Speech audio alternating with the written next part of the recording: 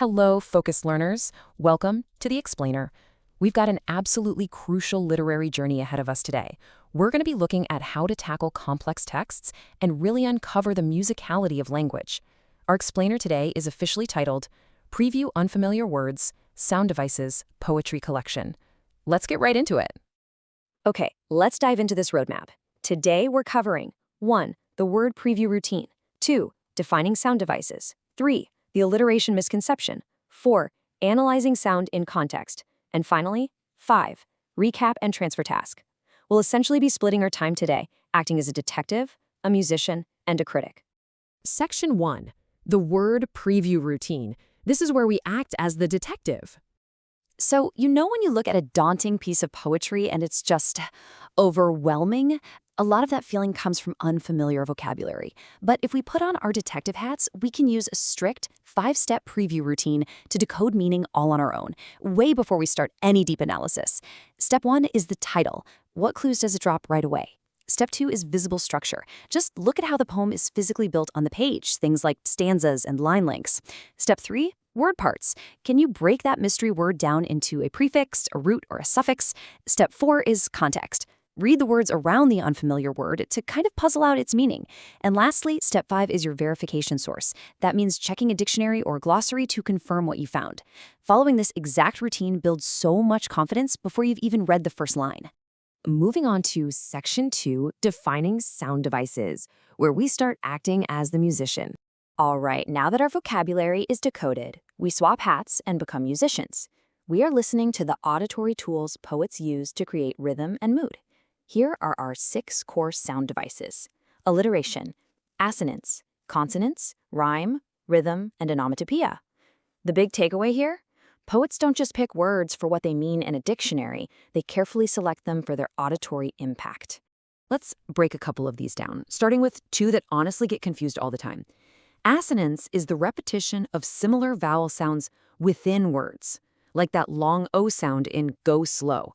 Consonance, on the other hand, is the repetition of similar consonant sounds, usually at the ends of words or syllables. So the trick is to listen for internal vowels for assonance versus ending consonants for consonants. Make sense, right? Next up, rhythm and rhyme. Now, rhythm is defined as the measured pattern of rhythmic accents in a line of verse. Think of it as the underlying heartbeat or the beat of the poem. Rhyme is the structural correspondence of sounds in words or lines. When you put them together, rhythm and rhyme create this incredible musical architecture that literally guides your ear right through a stanza. And oh man, we absolutely cannot forget this one. Onomatopoeia. This is the use of language that sounds exactly like the thing or action it describes. We're talking about fun, energetic words like buzz, snap, shriek, or roar. When you read these words out loud, you are literally recreating the sound they represent in real time. Section 3, the alliteration misconception. Time for some myth busting. All right, it is time for our first pause check. So does the phrase city and cat count as alliteration? Go ahead, pause the explainer right now, really think about your answer, and then hit play when you're ready to check your logic. And the answer is no way. Alliteration is the repetition of consonant sounds at the beginnings of words, not just repeated letters. In the phrase city and cat, the letter C makes an S sound in city, but a K sound in cat. Because the spoken sounds don't actually match, it definitely does not count as alliteration. You always got to trust your ear, not just your eyes. Section 4, Analyzing Sound in Context. This is where we start acting as the critic. We've been detectives, we've been musicians. Now let's act as a critic and put it all together. Let's read this specially created 4-line poem together. Swiftly the storm sweeps the street, beating with fleeting feet.